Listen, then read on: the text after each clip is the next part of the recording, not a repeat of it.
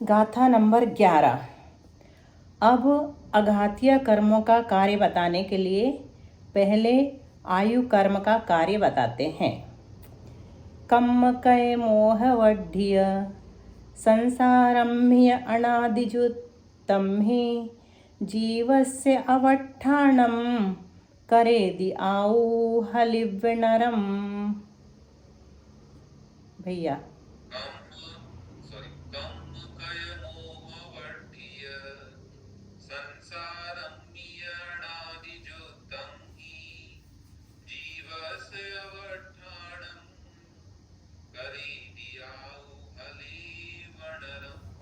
कम्म कय मतलब कर्मकृत, मोहवढ़ीय मतलब मोह वर्धित, संसारम्हि संसारे च अनादिजुत्तम्हि अनादियुक्ते जीवस्य अवट्ठाणम करेदि जीवस्य अवस्थानम करोति आयु हलिव नरम आयु हलीव नरम। कर्मकृत मतलब कर्म के उदय से उत्पन्न हुआ, और मोहवढ़ीय मतलब मोह से वृद्धि को प्राप्त हुआ। मोह अर्थात अज्ञान, असंयम और मिथ्यात्व, इनसे वृद्धि को प्राप्त हुआ। क्या? संसार। संसार इनसे बढ़ता है, अज्ञान से, असंयम से और मिथ्यात्व से। तो कर्म के उदय से तो उत्पन्न हुआ है, और मोह अर्थात अज्ञान, असंयम और मिथ्यात्व से वृद्धि को प्राप्त हुआ। जो संसार है वो अनादिजुत्तम्हि यानी अनादि है। उसमें जीवस्य अवट्ठाणम जीव का अवस्थान करने वाला, रखने वाला आयु कर्म है। उसमें आयु कर्म जो है वो जीव का अवस्थान करता है, करेदि अर्थात वह उदय रूप होकर मनुष्य आदि 4 गतियों में जीव की स्थिति करता है। जैसे कि हलिव नरम, जैसे कि काठ का जो खोड़ा होता है, जो कि जेल खानों में अपराधियों के पैर को बांधने के लिए यूज किया जाता है, बांधे रखने के लिए यूज किया जाता है, और उसके छेद में जिसका पैर आ जाए वो बाहर नहीं निकल सकता। तो जैसे हल कहा है यहाँ पर उसको, जैसे खोड़ा में किसी व्यक्ति को अगर कैद कर दिया जाए तो वह उस स्थान से हिल भी नहीं सकता, हट नहीं सकता। उसी प्रकार उदय को प्राप्त हुआ जो आयु कर्म है वो जीवों को उन गतियों में रोक करके रखता है। उदाहरण खोड़ा का दिया है यहाँ पर। अब नाम कर्म का कार्य कहते हैं। गति अपन ने रखे हैं 10-15 मिनट लास्ट के जिज्ञासाओं के लिए, इसलिए अपन अभी सरल गाथाओं को फटाफट ले लेते हैं। और भी अगर भाभी लोग रहती हैं तो उनको भी सम्मिलित करेंगे आंसर देने के लिए। अब नाम कर्म का कार्य कहते हैं। गदियादि जीव भेदम देहादि पोगलान भेदंच गदियंतर परिणमनम करेदि नामम अणेय विहम।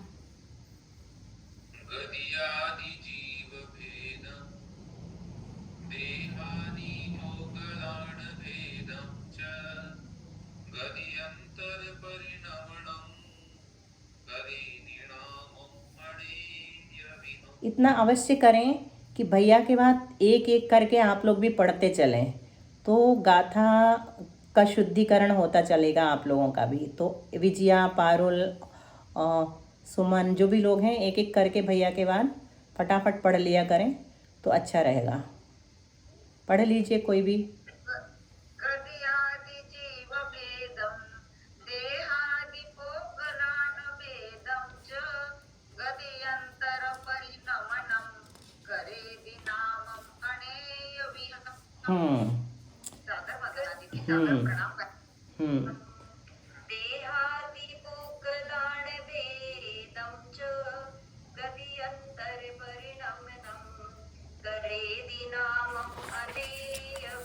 बस एक गाथा को 2 ही लोग पढ़ेंगे, अगली गाथा को फिर आगे के 2 लोग पढ़ लेंगे। तो गति आदि मतलब गति आदि, नामम अनेय विहम, गति आदि के भेद से जो नाम कर्म है वो अनेक प्रकार का है। गति, जाति, शरीर, अंगोपांग, इस सूत्र को अपने को याद करना है। अभी से प्रैक्टिस शुरू कर देंगे, क्योंकि कुछ समय बाद गाथा आने वाली है सारे कर्मों के भेद वाली 148। तो जो तत्वार्थ सूत्र का सूत्र है गति जाति शरीरांगोपांग निर्माण, इसको हम कंठस्थ करने की आज से ही कोशिश करेंगे। तो नाम कर्म के भेद तो कम से कम याद हो जाएंगे, फिर बाकी के भेद तो आराम से और याद कर सकते हैं अपन। तो क्या कहा यहाँ पर?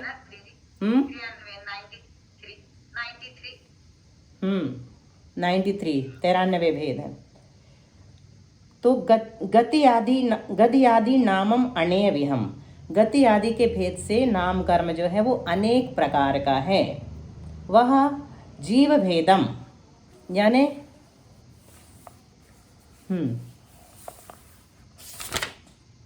जीव भेदम यानी नारकी आदि जीव की पर्याय के भेदों को, जीव के भेदों को मतलब कौन से भेदों को? तो नारकी आदि जीव की पर्यायों के भेदों को। जीव की पर्याय कौन सी हैं? गत, नरक, त्रियंच, मनुष्य, देव। चारों गतियों में जीव की पर्याय देखने को मिलती है। तो सबसे पहले वो क्या करता है? नाम कर्म नारकी आदि जीव की पर्याय के भेदों को, देहादि पुगलाण भेदम च, और औदारिक शरीर आदि उद्गल के भेदों को। और क्या करता है नाम कर्म? तो गद्यंतर परिणमनम यानी एक गति से जीव के एक गति से दूसरी गति रूप परिणमन को करता है। गति आदि नामम अनेय विहम, आगे समझ में यहाँ से लेंगे। गति आदि नामम अनेय विहम, गति आदि के भेद से नाम कर्म अनेक प्रकार का है। उसके क्या कार्य हैं? तो जीव के भेदों को करता है। जीव के भेद मतलब नारकी आदि जीव की पर्याय के भेदों को। देहादि पोगलाण भेदम च, और शरीर आदि औदारिक शरीर आदि पुद्गल के भेदों को करता है। तथा गद्यंतर परिणामम, जीव के एक गति से दूसरी गति रूप परिणमन को करता है। तो इसमें हमें क्या क्या दिखाई दे रहा है? जीव विपाकी, पुद्गल विपाकी, क्षेत्र विपाकी और भाव विपाकी। नारक आदि जीव के पर्यायों को भेद करना ये जीव विपाकी है, जीव में फल दिखाई दे रहा है। औदारिक शरीर आदि पुद्गल के भेदों को करना ये पुद्गल विपाकी है। और एक गति से अन्य गति रूप परिणमन करना ये क्षेत्र विपाकी है। और एक गति में रहना अगर हम कहेंगे तो ये क्या कहलाएगा? भाव विपाकी कहलाएगा। इसको भी यहाँ पर लिया है। अर्थ भैया आप पढ़ना चाहेंगे? अर्थ गाथा 12 का पढ़िए। इस गाथा में हमें नाम कर्म क्या करता है, 8 कर्मों में से एक कर्म है नाम कर्म, जो अगाधिया कर्म है, उसके विषय में बतलाते हुए आचार्य महाराज कहते हैं कि नाम कर्म गति आदि अनेक तरह का, अभी जैसे की चर्चा की गई 93 प्रकार का नाम कर्म होता है। उनमें से वह क्या करता है नाम कर्म?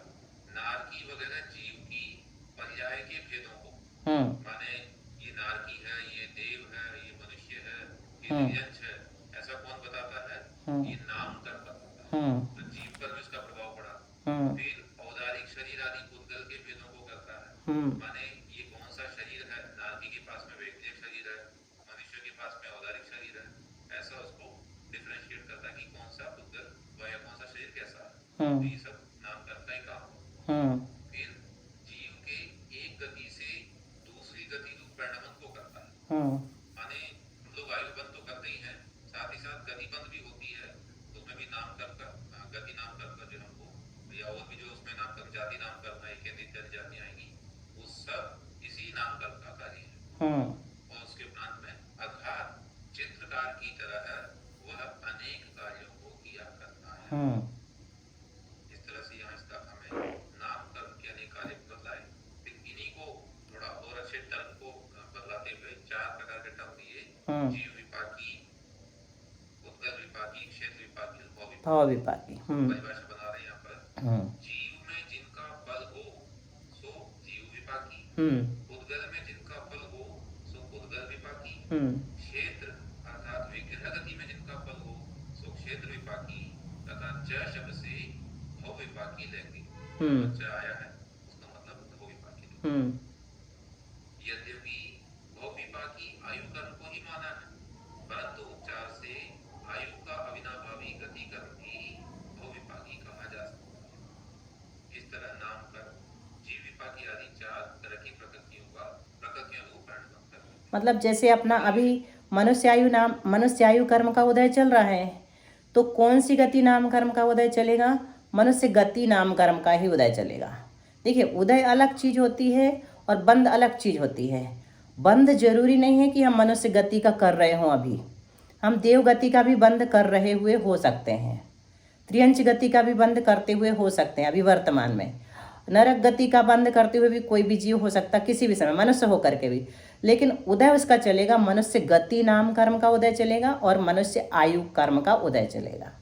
आयु और गति नाम कर्म सहचारी हैं।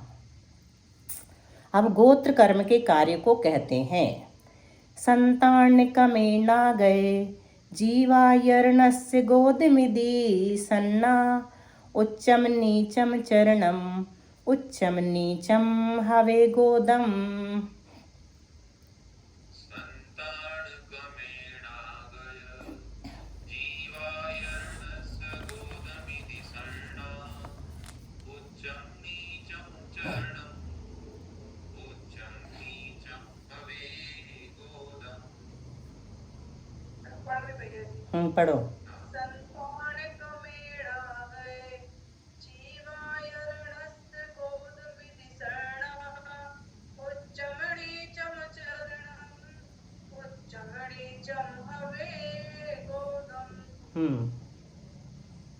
और कौन पढ़ रहा है? पढ़ो। संतान संतान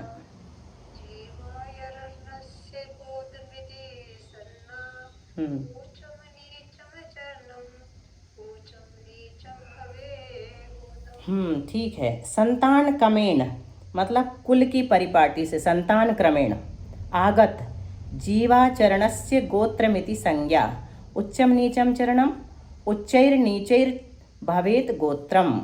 क्या कह रहे हैं? संतान क्रमेण आगत, संतान क्रमेण मतलब कुल की परिपाटी के क्रम से, आगत मतलब चला आया, जो जीवायर्णस्य मतलब जीव का जो आचरण है उसकी गोद मिधि सन्ना, उसकी गोत्र संज्ञा है। इस प्रकार गोत्र इस प्रकार की संज्ञा है। उच्चम चरणम उच्चम नीचम चरणम हवे नीचम गोदम। उच्च आचरण को उच्च गोत्र कहते हैं तथा नीच आचरण को नीच गोत्र कहा जाता है। आ गया समझ में? संतान के क्रम से मतलब कुल की परिपाटी के क्रम से, आगत मतलब चला आया, जीवायर्णस्य मतलब जीव के आचरण की गोत्र संज्ञा है, जीव का जो आचरण है उसकी गोत्र संज्ञा है। उच्चम चरणम उच्चम उच्च आचरण की उच्च गोत्र संज्ञा है। नीचम चरणम नीचम नीच गोत्र की नीच गोत्र संज्ञा है, नीच आचरण की नीच गोत्र संज्ञा है।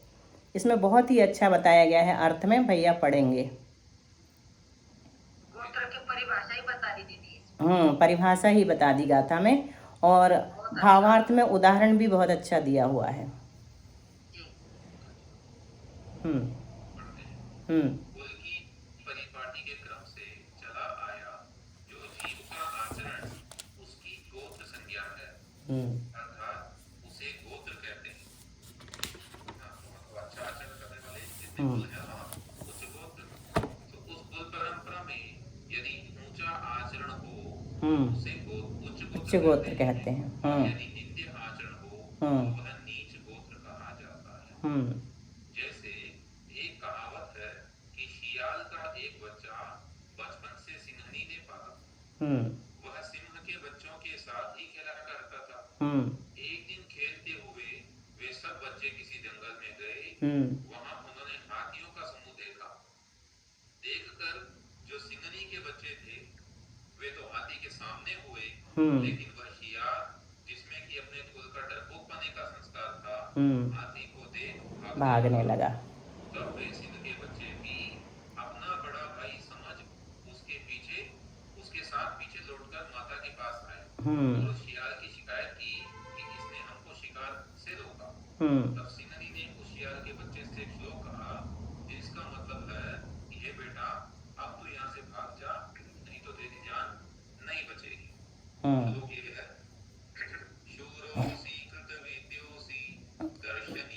तस्य पुत्रका यस्मिन् यस्मिन् कुले कुले त्वमुत्पन्नो गजस्तत्र न हन्यते। अर्थात हे पुत्र, तू शूरवीर है, विद्यावान है, देखने योग्य है, अनुरूपवान है, दर्शनीय। परंतु जिस कुल में तू पैदा हुआ है उस कुल में हाथी नहीं मारे जाते, है ना। अर्थात कुल का संस्कार अवश्य आ जाता है, चाहे वह कैसे भी विद्यादि गुणों से सहित क्यों न हो, उस पर्याय में संस्कार नहीं मिटता। देखिए बहुत अच्छा लग रहा होगा कर्मकांड, इतने अच्छे अच्छे ढंग से उदाहरण दे करके बताया जा रहा है। हम लोग नाहक डर रहे थे कि कर्मकांड कठिन होगा, है ना। हाँ नहीं, वो तो 8 कर्मों के नाम और अगर वो प्रकृतियां भी याद है काफी हद तक, तो हम्म बहुत कुछ समझने लायक है और बहुत अच्छा लगेगा कि इसको पढ़ करके हम लोगों को कितने परिणामों में विशुद्धि बढ़ सकती है। हम्म हम जीवन में कितनी सावधानी बरत सकते हैं कि अरे ये काम करें वो वाला कर्म आ जाएगा अपने आप में। भैया देखिए कर्मकांड पूरा होते होते अपन को ना पूरे जगत में कर्म कर्म कर्म ही दिखते हैं। कर्म का उदय, कर्म का फल। जिस व्यक्ति को भी देखेंगे, गरीब को, अमीर को, लूले को, लंगड़े को, अंधे को, बहरे को, पशुओं को, जिसको भी देखते ना उसके कौन से कर्म का उदय चल रहा अपने को साफ नजर आएगा जब अपन पढ़ लेंगे बंध विच्छुत्ति, उदय विच्छुत्ति और सत्व विच्छुत्ति। बिल्कुल क्लियर दिखाई देगा। पक्षियों को देखेंगे तो पक्षियों का सौंदर्य नहीं दिखेगा, उनके कर्म दिखेंगे अपने को। जब अपन वनस्पति पेड़ों को देखेंगे तो हरा भरा बसंत ऋतु नहीं दिखेगी, अपने को उनकी पर्याय दिखेगी। ये कर्मकांड पढ़ने का, स्वाध्याय का फल है। बहुत ही अच्छा है। नाम किस चीज का बोला था आपने? दीदी, काले अंगूर। क्या? काले अंगूर का? हाँ, काले अंगूर खा लिए क्या आज आपने? नहीं नहीं, आपने ऐसा पूछा तो हमें लग क्लास में की होगी मुझे याद नहीं। ठीक है ठीक है। कोई बात नहीं, चलिए आगे वेदनीय कर्म के कार्य को कहते हैं। अगले में कि जब तक ये कर्म पूरा नहीं होता तब तक मेरे काले अंगूर का त्याग है, हम्म तो उसको देखने से भी याद आएगा बार बार। आगे वेदनीय कर्म के कार्य को कहते हैं, सुनिए। तो देख के उसके कर्म का उदय अब आएगा, ऐसे ही आचार्य श्री ने एक बार प्रवचन में बोला था, जिस दिन तुम्हें फूल चढ़ाने का, फूलों का उपयोग करने का तुम्हें शौक है, जिस दिन फूल में तुम्हें एक इंद्रिय जीव नजर आने लगेगा, उस दिन वो शौक खत्म हो जाएगा। बिल्कुल ठीक, बहुत अच्छा। अक्षाणम अनुभवनम वेयणीयम सुहसरो वयम सादम दुख सरोवमसादम तम वेदयदि वेदनीयम। अखाणं अनुभवणं वेयणीयं सुहसरोवयं सादं दुःखसरोवमसादं तं वेदयदीति वेदनीयम्। अक्षाणम अनुभवनम, अक्षाणाम अनुभवनम वेदनीयम, सुख स्वरूपकम सातम दुख स्वरूपम असातम तद वेदयति इति वेदनीयम। कह रहे हैं इंद्रियों के रूपादि विषय का अनुभव करना वेदनीय है। यहाँ पर वेदनीय का अर्थ दुख ही नहीं होता। अपन ज़्यादातर कहते वेदनीय कर्म का उदय चल रहा है या असाता वेदनीय।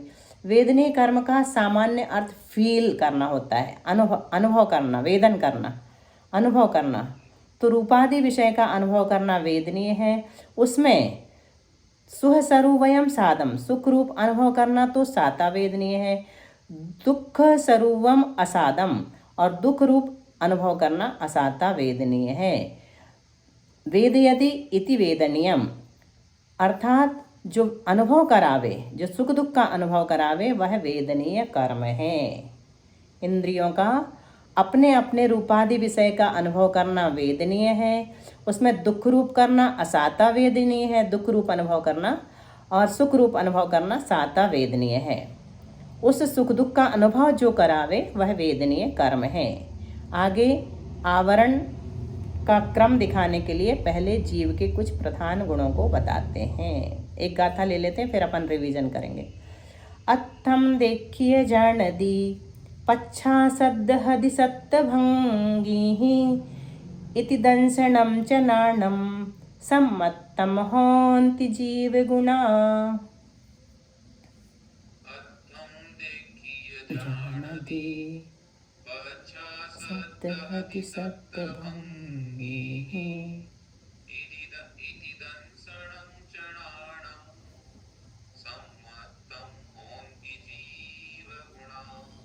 संसारी जीव जो है वो पदार्थ को, अत्थम यानी पदार्थ को, यहाँ पर प्रार्थना में इति आया है नीचे, जो बुक आई है हमारे सामने, इसमें इति है, प्राकृत की जो चीज है वो इति ही मालूम से पड़ा।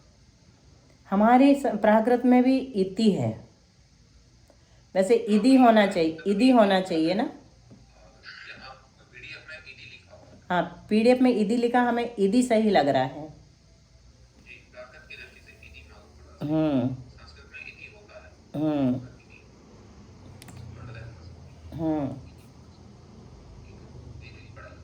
सुधार लेते हैं ना दीदी, उसको सुधार लेते हैं। सुधार लें तो अच्छा है। इति हमने पढ़ा, पढ़ते समय भी हमें लग रहा था कि इति सही नहीं है, क्योंकि पीछे भी आया इति, वेदय दीदी, वेदय दीदी, इति। तो अत्थम देखिए जानादि, मतलब संसारी जीव, अत्थम यानी पदार्थ को, देखिए मतलब देखकर, जानादि मतलब जानता है। और पीछे क्या करता है, पच्छा यानी पीछे, सद्धहदि सत्य भंगी ही, 7 भंग वाली नयों से निश्चय करके श्रद्धान करता है।